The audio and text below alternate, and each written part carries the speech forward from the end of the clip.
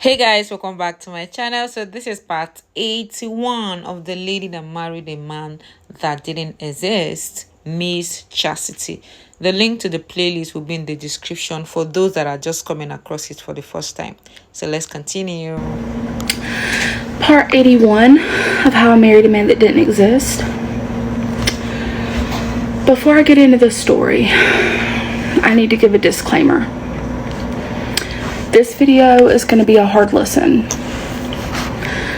but I promised from the very beginning that I would tell the entire story. The good, the bad, the ugly, the everything in between. I am going to be very clear. This happened a very long time ago. And if I get any kind of comments or messages or threats to reach out to him or find him, I will turn off all the comments. I won't be posting new videos, and I'll shut this page down. This is a very sensitive subject that I was going to skip. But this story has to be told in its entirety.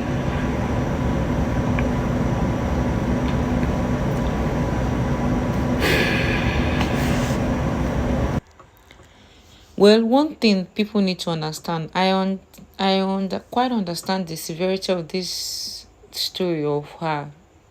She is the one that went through it. But one thing we need to understand that the very minute you bring something up to social media, you can't control people's reaction. You just have to accept it. There is no way. Forget that people will show you sympathy, but everybody cannot, be on your side when you are on a public space. We need to understand that. January 29th, I was at work, and my mind is still reeling from all the information from the Facebook dating information I had found to finally confronting Amber.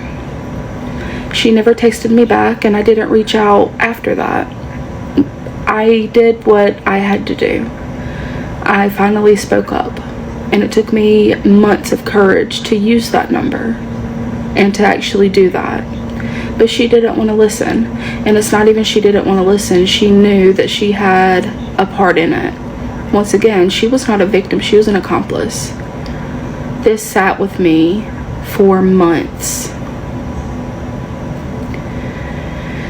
So I was still trying to do my investigations. I was trying to find information wherever I could. One day, I decided I wanted to look up Jay's obituary, the girl's mother. I knew everything that was told to me about the overdose, about the way this happened, and I just wanted to see what the obituary said. So I go online and I am trying to find it. And I search and I search and I search, and I couldn't find it. I, to this day, still have never found her obituary. A lot of people are saying she's still alive, she hasn't passed. She has passed. That is fact. For a moment, I was scared. However, I did find something else. And this is not a call to action series, let me remind you, this is a call to awareness. I'm telling my story, I'm not looking for private investigators.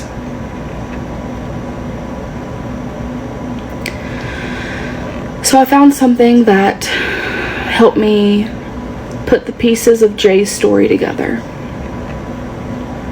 I'm going to be as delicate with this as I can, because this is Jay's story and she's not here to tell it.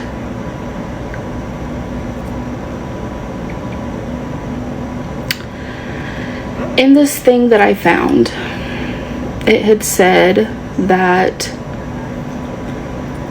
Jay had her family. She had the girls, her and Rob were married, and she had the perfect life. Until one day she found out that Rob had been cheating on her with a 16-year-old girl. What? 16? How old is this Rob? Did she by any chance mention his age somewhere? Well, why am I even shocked? I'm not shocked. A man like that can do it. At the time of this incident, Rob would have been about 23 or so.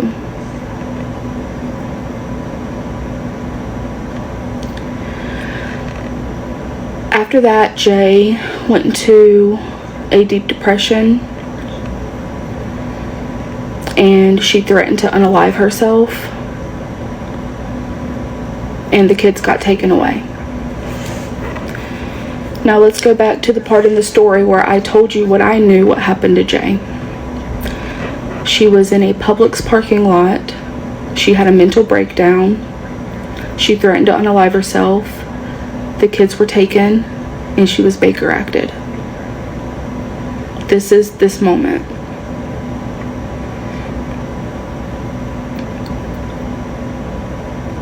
Rob and Jay had been using together, even when they were together as a couple. Rob has admitted to me face to face that he is the one who brought the substances into the home in which they started using together.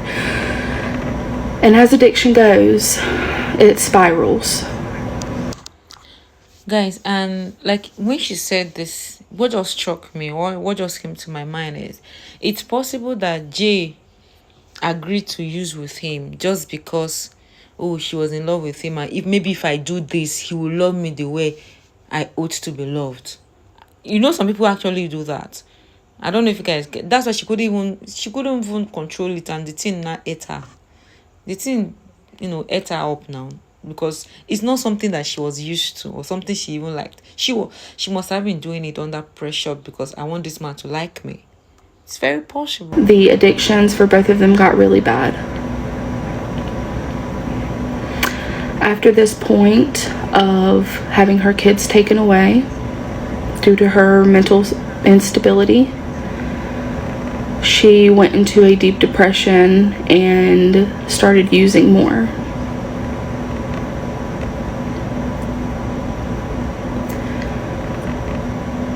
I have been told stories of Jay and what a wonderful husband and father Rob was at that time. And I listened to these stories almost with jealousy because I was like, why can't he be that now?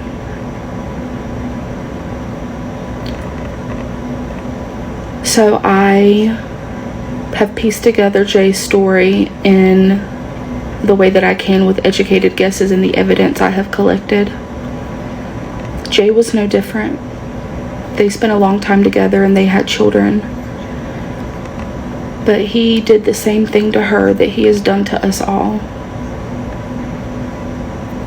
He was unfaithful. He discarded her. And I can't imagine what type of manipulation and abuse she endured during their relationship. When she found this out, she lost her mind. She was broken like I had been. She felt like I had felt. And she cried out. I don't know if it was real or meaning with intent or whether she was crying out for help. But they took the children, understandably so at that moment, and she never got them back. And her substance use got worse, which led to the attempt at rehab in Miami, where she was not successful, which led to her living on the street, which led to her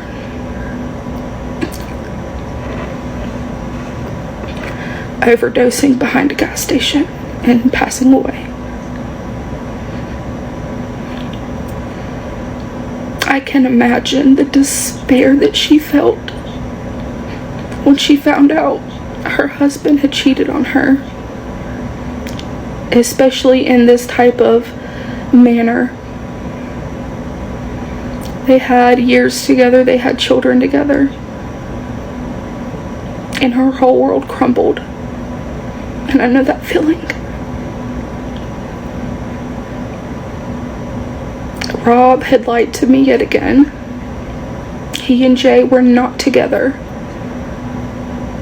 when Jay passed away. He sold me this role of grieving husband. He used his tragedy as currency to buy me.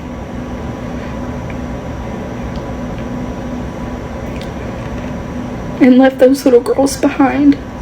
And now Jay's not here to tell her story. This is my educated guess. It's speculation, but this is what I think happened. Let's go into the next part.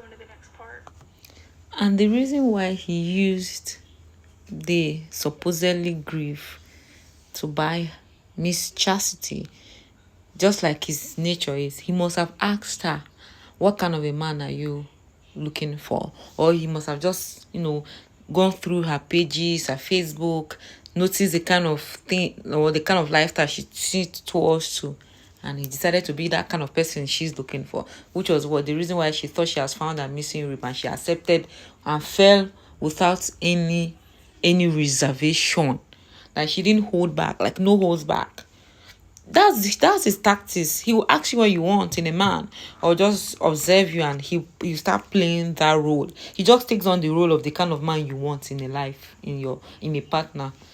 Oh man, my heart breaks for the woman that is gone, all because of she was in the relationship with a very selfish, demonic man. See, whether I like it or not, the kind of person you enter into a relationship with can either make or mar you. It's as simple as that.